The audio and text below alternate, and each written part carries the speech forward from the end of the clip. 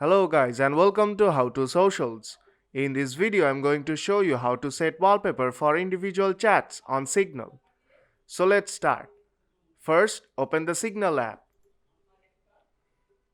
Now I'll just open a conversation and show you the chat wallpaper first.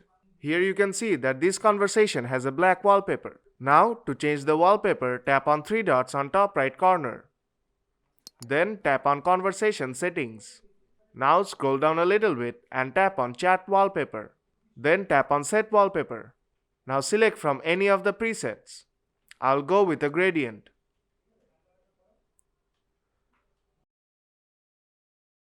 Then tap on Set Wallpaper at the bottom of the screen. Now go back.